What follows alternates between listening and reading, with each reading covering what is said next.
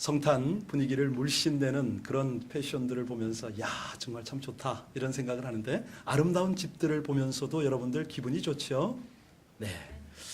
오늘은 우리 이 땅에서 잘 가꾼 집을 좀 한번 소개를 하고 싶습니다. 여러분들 영상을 보면서 이 세상에서 가장 값비싼 집 한번 좀 오늘 대략 여러분들의 감정가는 얼마로 책정을 하실지 제가 궁금해서 여러분들에게 오늘 퀴즈를 한번 내겠습니다.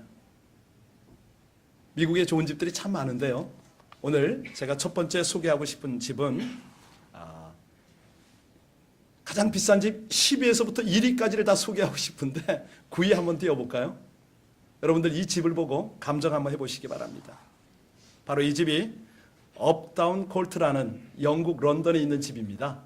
세계에서 9위로 비싼 집인데 대략 한 얼마나 하겠습니까?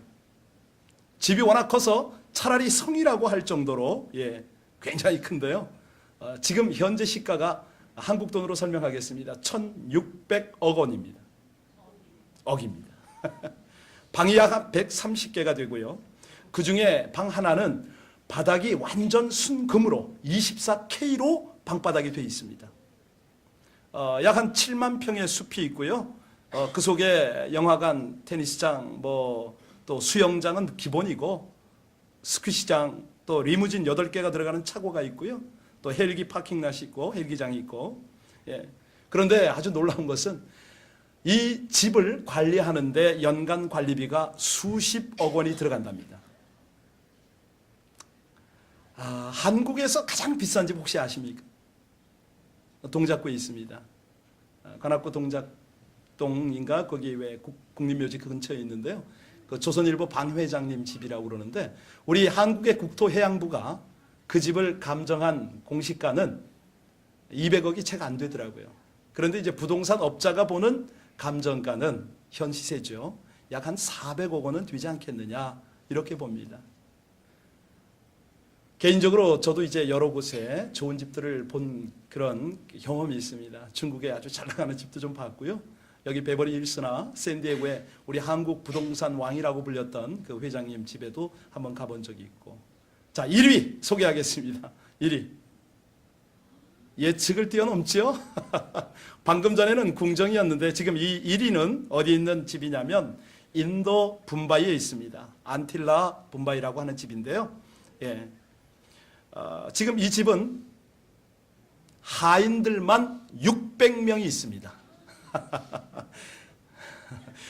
상상이 되시는지 모르겠어요. 그게 괴상하게 생겼다, 저 집에 뭐가 그렇게 비쌀까? 아닙니다. 인도의 5대 부호에 드는 사람 집인데요. 이 집이 가격이 1 빌리언입니다. 한화로 1조 1천억 원입니다. 굉장하죠? 미국의 어떤 고급집도 여기에 비교가 안 되는데, 사실 우리 같은 사람은 그런 집을 살 돈도 없지만 솔직히 거저줘도 유지비 때문에 살지 못합니다. 하지만 돈 생각만 안 한다면, 그죠? 그 집에서 한번 살아보고,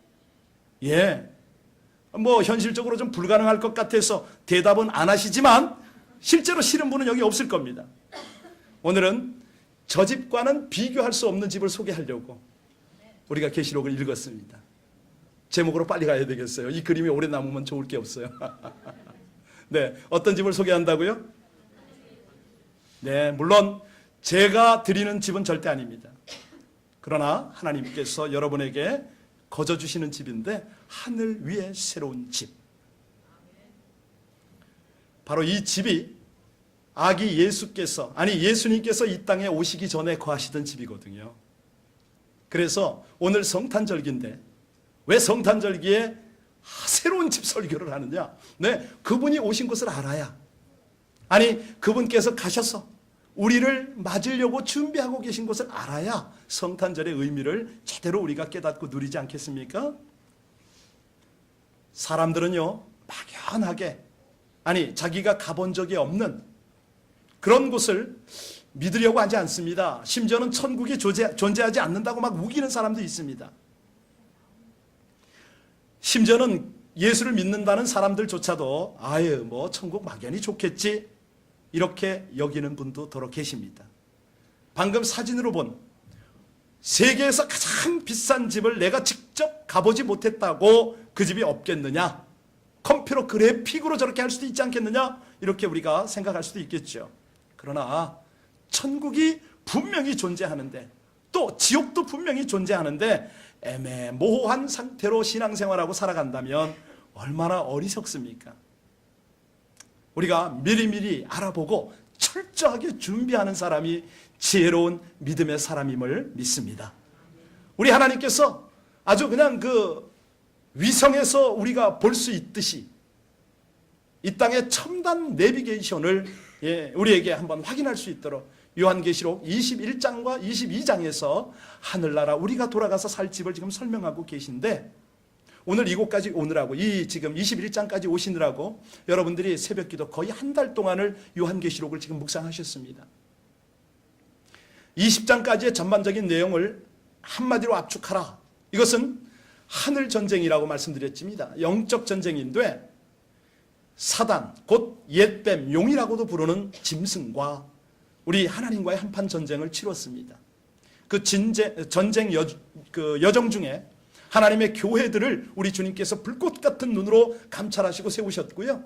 또 전쟁이 막상 벌어지니까 가장 치열했던 짐승의 표를 666표, 요즘 말 사람들이 말하는 베리칩을 받을 것이냐 말 것이냐, 또 나아가서 마지막 3차 대전이라고 예견하고 있는 아마겟돈 전쟁, 뭐 이런 것들에 대해서 다 우리가 은혜를 받아왔습니다. 너무 제가 돌아봐도 감사한 것은 가장 핵심적인 메시지는 주일날 다 전했습니다.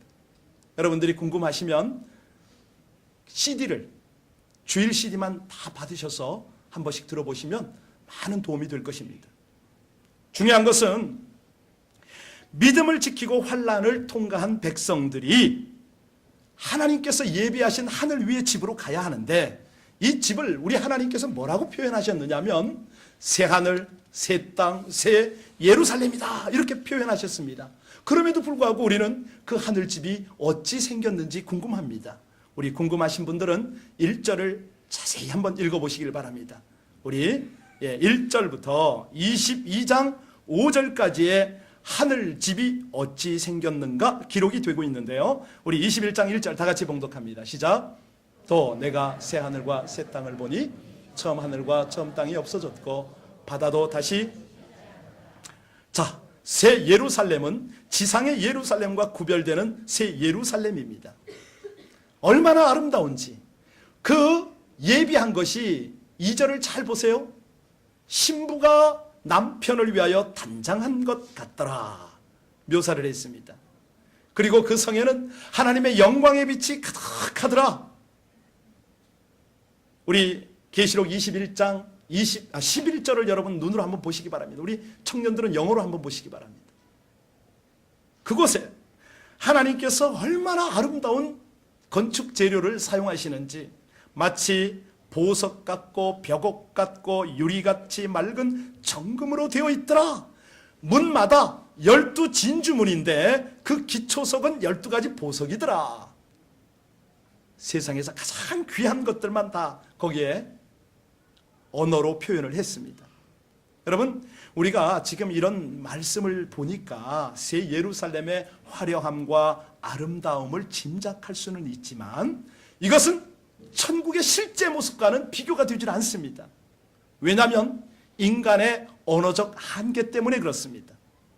여러분, 우리가요 전혀 새로운 것을 봤을 때 기존의 사물이 아닌 내가 한 번도 접해보지 않은 것들을 봤을 때 지금 현재 언어로 정확하게 표현할 수 있겠습니까? 인간 세상에서 가장 귀하고 아름다운 것을 비유해서 표현하는 방법밖에 없을 것 같아요. 가령 우리가 많이 사용하고 있는 스마트폰을 1980년대에 사시는 분들, 그분들에게 우리가 이제 한 번도 스마트폰을 경험하지 못한 분에게 이걸 설명한다고 한번 생각해 보세요. 어떻게 설명할 수 있겠습니까? 전화기 같은 거야. 그런데 말이지, 그 전화기하고는 좀 차원이 달라. 문자로 편지도 오가고 사진도 찍고 영상도 만드는데 그것을 또 주고받기도 하지. 뿐만 아니라 돈 한 푼 안 들이고 전 세계에 있는 사람하고 카톡도 하고 그 속에 들어가면 페이스북도 되고 말이야. 여러분 그분들이 이해하겠습니까 이걸? 예, 무슨 꿈꾸는 소리냐고 그렇게 잘 못 알아들을 거예요. 우리는 열심히 지금 이 시대를 살기 때문에 이런 언어로 어느 정도 감각을 익힐 수가 있습니다. 여러분 성경 역시 마찬가지거든요. 기록된 표현에 한계가 있다. 그래서 이 천국의 실제 모습을 그 이상 아름답고 화려한 것으로 봐야 되는데, 자 그러면 저와 여러분에게 궁금증이 있습니다. 왜 성경에서 천국에 대한 소개를 이 정도로 마칠까? 다시 말씀드립니다. 인간의 언어적 한계 때문에 제대로 인간들이 알아듣질 못하기 때문에 이 정도만 설명을 했습니다. 또 하나는 너무 자세히 알려주면 천국에 우리가 막상 들어갈 때 감격이 떨어지겠죠. 그런 이유도 있을 거라고 믿습니다. 또 스폴전 목사가 설교의 황제라고 하죠. 그분이 그런 해석을 하시더라고요. 하나님은 성도를 위해서 천국에 깜짝 파티, 서프라이즈 파티를 준비하고 계시기 때문에 이 천국에 관해서는 자세히 설명해 주지 않는다. 이런 설교를 한번 한 적이 있어요. 장차 천국에 들어가면 그 광경이 놀라워서 저와 여러분은 입을 탁 벌리고 와 소리 하게 될 줄로 믿습니다. 여러분 궁금하지 않으세요? 아무리 아름답고 화려한 천국이라 할지라도 사실은 환경이 어떤 생활을 말하는 건 아니거든요. 천국의 생활 어떨까 궁금하지 않으세요? 예. 환경 이상으로 중요한 것은 그곳에서 어떤 생활을 하게 되느냐, 이것이 중요하지 않겠습니까? 예를 들어서 아무리 내가 세상에서 좋은 집에 살고 아무리 명예와 부가 있다 하더라도, 아니 심지어는 인간적으로 행복하게 사는 사람이라 할지라도 고통은 다 있기 마련입니다. 남 보기에는 그럴듯해 보이고 정말 뭐 잘된 것 같은데, 자식이고 뭐고 아쉬운 것 없는 것 같은데 내면을 살펴보면 다 인생고가 있게 마련입니다. 그런데 천국 생활은 어떠냐? 이런 것들이 다 사라지고 없다는 것이죠. 여러분 천국의 집은 고통 없이 생활하는 집임을 믿으시길 바랍니다. 우리 4절 한번 읽겠습니다. 4절 같이 한번 봉독합니다. 시작. 모든 눈물을 그 눈에서 닦아주시니 다시는 사망이 없고 애통하는 것이나 곡하는 것이나 아픈 것이 다시 있지 아니하리니 처음 것들이 다. 눈물, 고통, 질병, 사망 없다고 말씀했습니다. 5절을 이제 25절을 한번 가서 살펴보면요 그런 말씀이 있어요. 천국에는 밤도 없고 항상 낮이다. 성문은 활짝 열어 놓았다. 이런 말을 합니다. 여러분 한번 상상을 해보세요. 성문들을 낮에 도무지 닫지 않습니다. 거기는 밤도 없다. 여러분 밤이 왜 필요합니까? 우리가 육신을 갖고 있기 때문에 밤이 필요한데 이 밤에는 대부분 휴식을 취합니다. 밤이 없다는 것은 휴식이 필요 없다. 다시 말하면 피곤이 없고 안식만 있다, 평안만 있다, 이런 뜻으로 이해하시면 좋겠습니다. 계시록 22장 3절에 가면요 다시는 저주가 없으며 이렇게 말씀하고 22장 5절에 가면 저희가 세세토록 왕노릇하리로다. 한마디로 왕처럼 산다. 이런 하나님의 묘사를 우리가 지금 접하고 있습니다.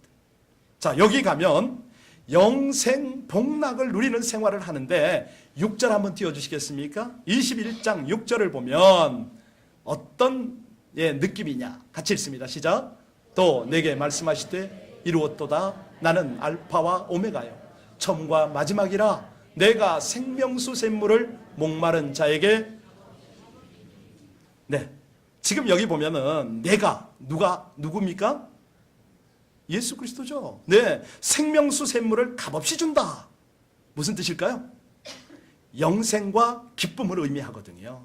여러분 천국에서는 목마름이, 다시 말하면 불만이, 그렇습니다. 목마름이라는 것은 갈증이거든요. 불만이거든요. 요구거든요. 그런데 그런 것이 없다.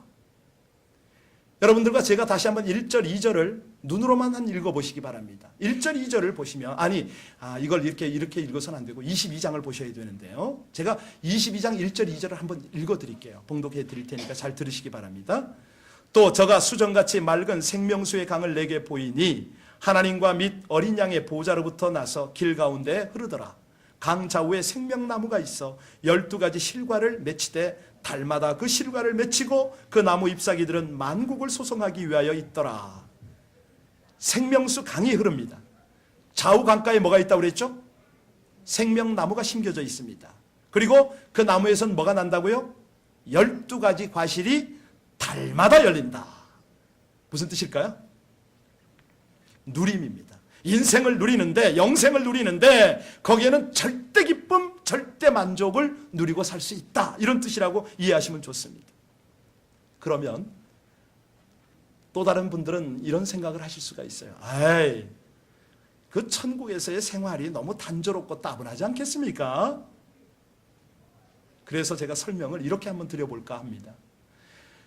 우리가 집에서 새를 기르지 않습니까? 새를 기를 때 새장 속에 넣는데 새장 속에 뭐가 있습니까? 그렇습니다.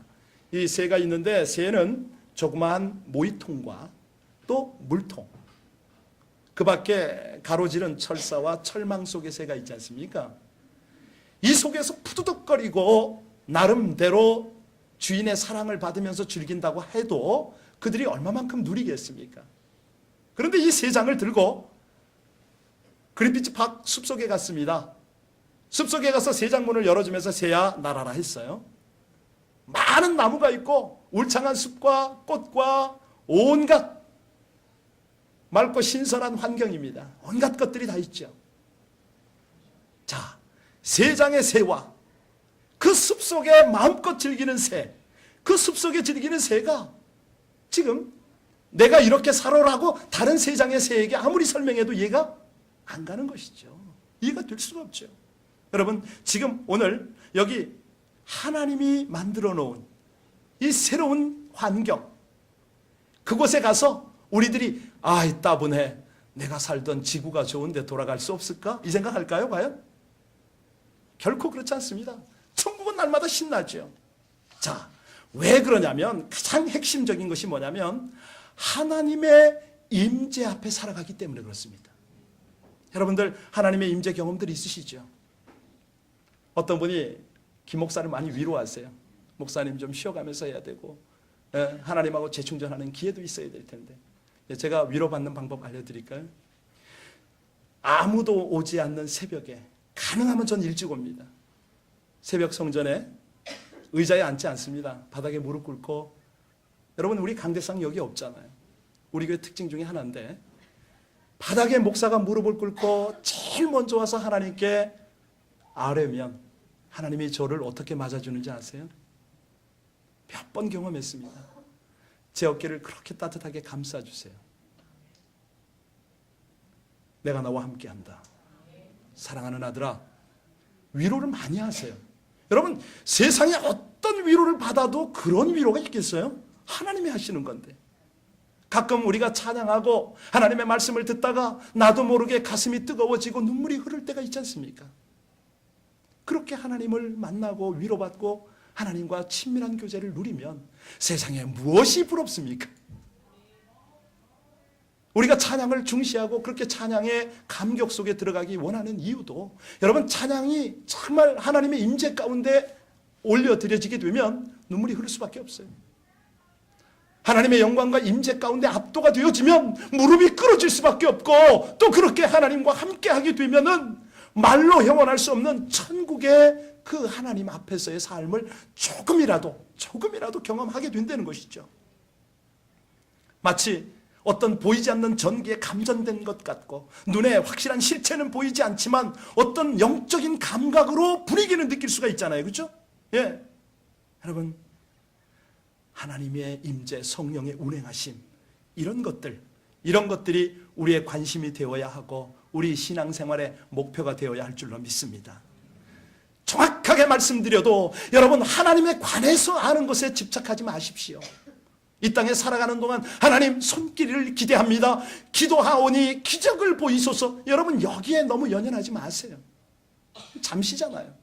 그런데 하나님, 제가 하나님의 얼굴을 구합니다. 하나님하고 친밀한 교제를 하기 원합니다. 제가 하나님 앞에 살아가길 원합니다. 이런 신앙생활 하실 때 하나님이 수시로 여러분들 가운데 함께 하시고 위로해 주시고 격려하시고 더 세상이 줄 수 없는 평안으로 채워주실 것을 믿으시기 바랍니다. 오늘 21장 3절 한번 볼까요? 거기에 이런 표현을 합니다. 하나님의 장막이 사람과 함께 있다. 바로 이 성탄절기에 예수 그리스도께서 이 땅에 오심을 증거하시기도 하지만 하늘나라는 바로 이런 곳이다. 우리 이 3절 다 같이 한번 힘껏 봉독하겠습니다. 시작. 내가 들으니 보좌에서 큰 음성이 나서 이르되 보라, 하나님의 장막이 사람들과 함께 있음에 하나님이 그들과 함께 계시리니 그들은 하나님의 백성이 되고 하나님은 친히 그들과 함께 계셔서. 여러분, 하나님의 장막이 함께 있다. 하나님의 백성과 더불어 하나님이 함께 하신다. 여러분, 이걸 보고 22장 4절에는 그렇게 표현해요. 하나님의 얼굴을 뵙는다 이렇게 표현합니다. 22장 5절에 보면 하나님의 영광의 빛을 비춰주신다 이렇게 표현하죠. 감격을 형언할 길 없어서 천국에 가면 가장 좋은 것은 하나님과 함께하는 것이 가장 좋은 것임을 믿으시길 바랍니다. 가끔 하나님께서 저와 여러분들 가운데 은혜를 주실 때가 많지 않습니까? LA 와서 제가 가장 하나님께 영광을 드리고 싶은 내용 중에 하나가 뭐냐면, 최근에 한 달 사이지만 두 분의 연로하신 권사님들을 주님 품에 올려드리면서 하나님께서 베푸신 은혜입니다. 한 분은 열심히 하나님 앞에 중보 기도하는 중에, 그분을 안수하고 기도하는 중에 하나님 품에 안겼어요. 제가 여기 와서 이 어르신들의 삶을 보면 참 안타까워요. 자식이 성공을 했으면 뭐합니까? 돈이 많으면 뭐합니까? 아니, 손주들하고 영어로 다 대화해버리면 그냥 외톨이가 돼요. 부모는 안쓰러워서 기도하고 몇 마디 해주는데 그것도 트집 잡아가지고 자식 망신시킨다고 그래요. 도대체 이게 뭐예요? 교회가 위로해주고 교회가 함께 해야겠는데, 두 번째 또 있었지 않습니까? 얼마 전에, 바로 며칠 전에 그분한테는 가서 워낙 오랫동안 치매를 앓으셨기 때문에 도저히 마음이 안쓰러워서 방법이 없어요. 하나님, 세상 사람들은 권사가 치매 알아서 하나님도 모르고 찬송도 부를 줄 모르고 말씀도 못 접한다고 그렇게 생각하지만 오늘 하나님 역사가 없어서 기도했더니 어쨌다고요? 기가 막힌 모습을 보여주셨잖아요, 하나님이. 그러고 그렇게 예배를 드리고 돌아오는 길에 그분이 하나님 품에 가셨어요. 제가 얼바인에 갔다가 여기 오는 사이에 하나님이 불러가셨어요. 얼마나 감사합니다. 예. 그분들은 그분들대로 분명히 치매고 뭐고 세상적 병명 진단은 다 뒤로 하고 하나님께 예배 드리는 중에 주님 앞에 간 거고. 그렇죠? 예. 우리 교회적으로는 얼마나 또 하나님께 영광을 돌릴 제목들입니까? 여러분, 우리 인간의 영혼은 창조주 하나님을 만나야 진정한 만족이 있음을 믿으시기 바랍니다. 천국에 하나님을 만날 때 순간마다, 임재 때마다 하나님과 영광 속에 함께 있는 것을 믿으시길 바랍니다. 그래서 천국 생활이 영광스럽고 풍성한 거예요. 예.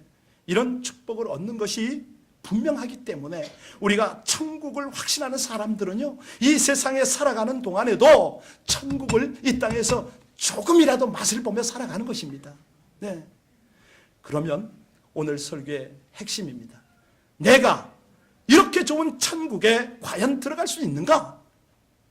여러분, 각자 자문해 보시기 바랍니다.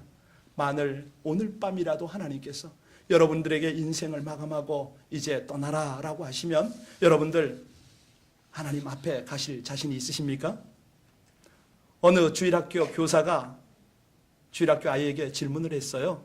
얘들아, 천국은 너무 좋은 곳인데 어떻게 하면 갈 수 있지? 물었거든요. 그랬더니 애가 뭐라고 대답했는지 아세요? 예, 선생님, 죽으면 가요 그랬어요. 맞습니까? 아이 말대로 죽으면 천국 가느냐고요? 아니요. 죽으면 자동으로 가는 데가 있습니다. 어디라고요? 그렇습니다. 왜죠? 인간은 모두 죄인이기 때문에요. 원죄와 자범죄를 갖고 있는 죄인입니다. 단 한 명도 예외가 없습니다.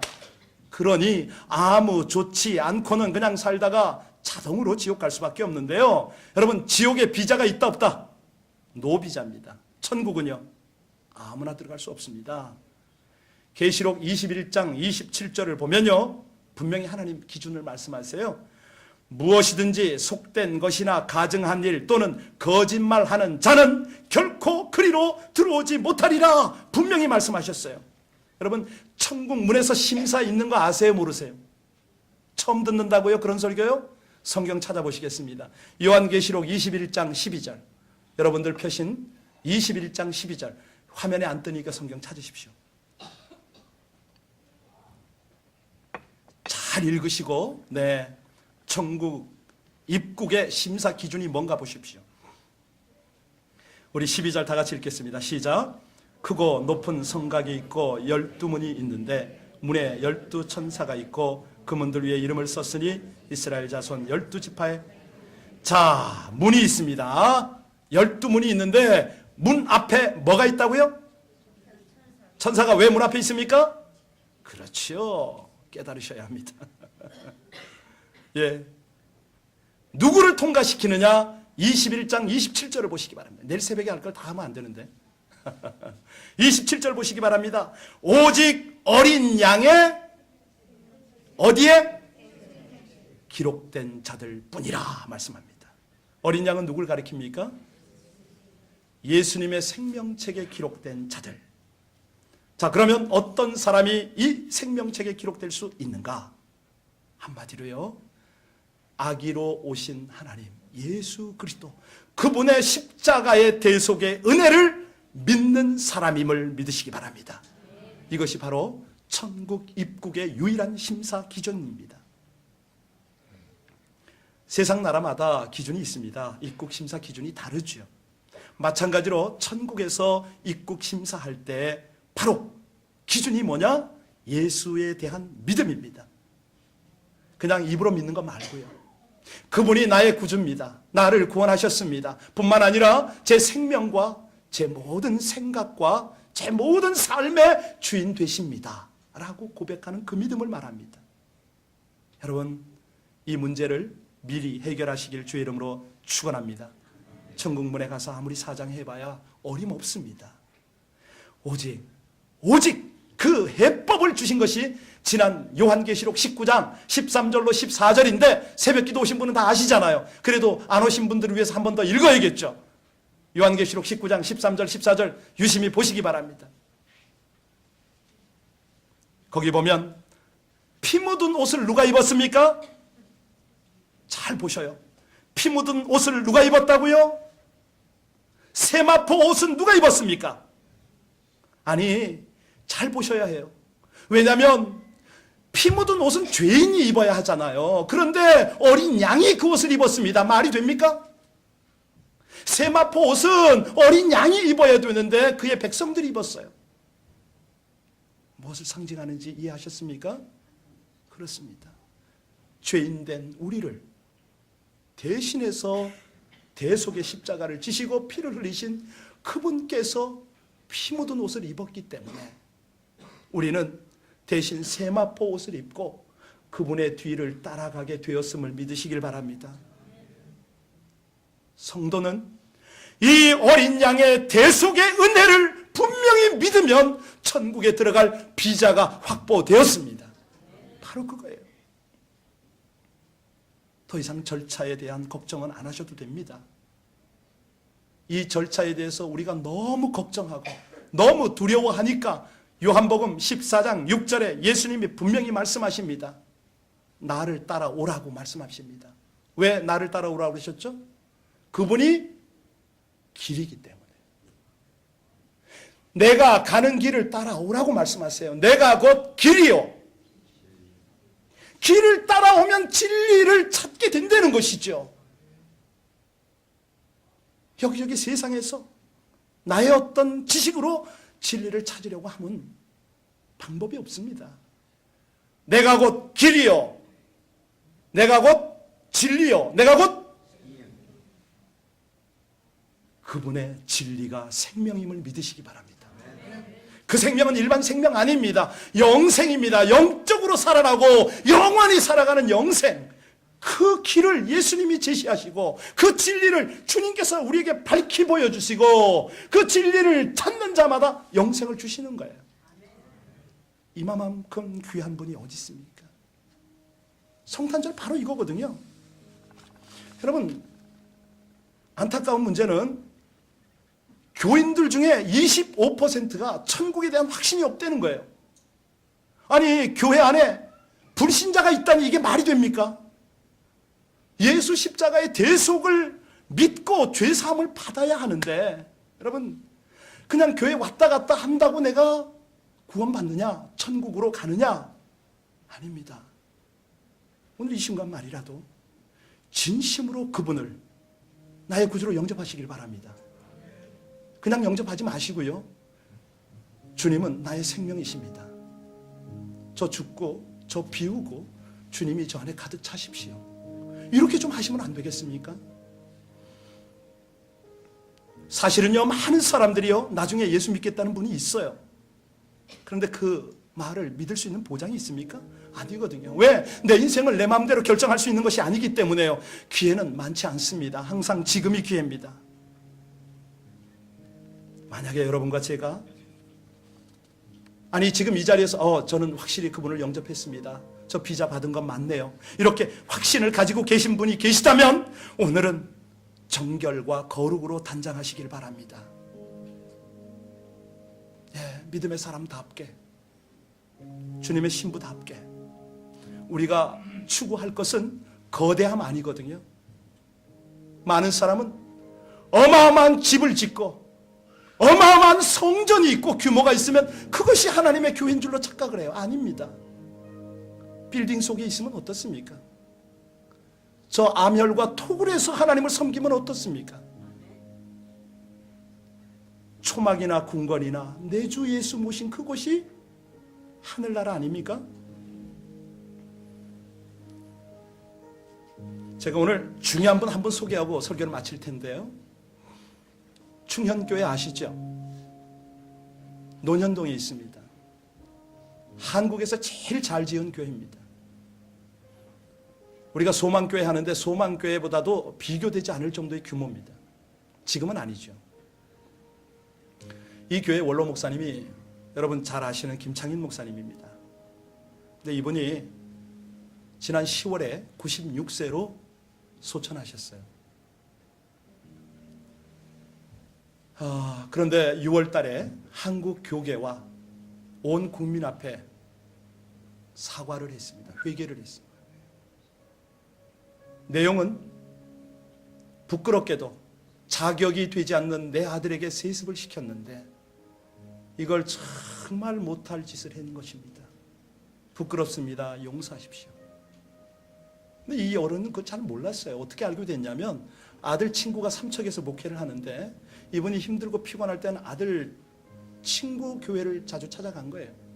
거기서 뭐 오랫동안 머물기도 하고 한 번에 한 달씩도 계시기도 하고. 근데 아들 친구가 아주 조심스럽게 지혜롭게 실상을 목사님께 말씀을 드렸습니다. 그때 이 목사님이 다 알았어요. 2월 달에 그 사건이 있었는데 올해입니다. 올해 6월 달에 고민하고 하나님하고 독대하고 6월 달에 이 회개문을 발표했거든요. 그리고 그때부터 바로 그때 이분에게 목 부위에 결핵선, 임파선 종양이 발견된 겁니다. 치료를 받으라고 해도 안 받으십니다. 왜냐하면 나는 천국을 소망하는 주의 종이기 때문에 회안의 삶을 정리하는 기간을 갖겠습니다. 이분이 마지막 순간에 어떻게 소천하신지 아세요? 제가 아는 김영성 목사님이 그 얘기를 전해줬어요. 예수님이 자꾸 나를 부르셔. 예수님이 자꾸 오라고 손짓하네. 병상에서. 그 고백을 한 거예요. 그리고 마지막 임종 직전에 예수님 제 손을 더 꼭 잡아주십시오. 이러고 임종을 하신 거예요. 여러분, 제가 그 어르신들의 제가 있는 한은 제가 임종을 좀 지키려고 좀 저도 노력을 하는 중입니다. LA에서는 그렇게 해야 되겠다. 예, 모르겠습니다. 우리 하나님께서 사실 세상에서 사람에게, 자식에게 위로와 기쁨을 찾으려는 행동이 얼마나 어리석은 일인지를 우리에게 깨닫게 하시거든요. 네. 그래서 하나님께서 왜 하늘 위에 새로운 집을 지셨냐면 우리를 가족으로 맞이하겠다는 거예요. 우리를. 세상의 혈육도 중요하지만 이제 영원히 변치 않는 하늘나라의 가족으로 내가 너희를 맞으마. 이게 하나님의 메시지예요. 혹시라도 여전히 헛된 것, 세상 것을 끝없이 집착하고 있다면 결코 우리 믿음의 만족을 얻을 수가 없습니다. 여러분, 믿음을 굳게 부여잡고 하나님께서 우리에게 선물로 주신 이 새하늘과 새 땅 예루살렘을 확신 가운데 붙들고 나가시기를 주의 이름으로 축원합니다. 그 믿음이 있으면 오늘을 이 땅에서 살아도 하늘의 삶을 조금은 맛보며 살아갈 줄로 믿습니다.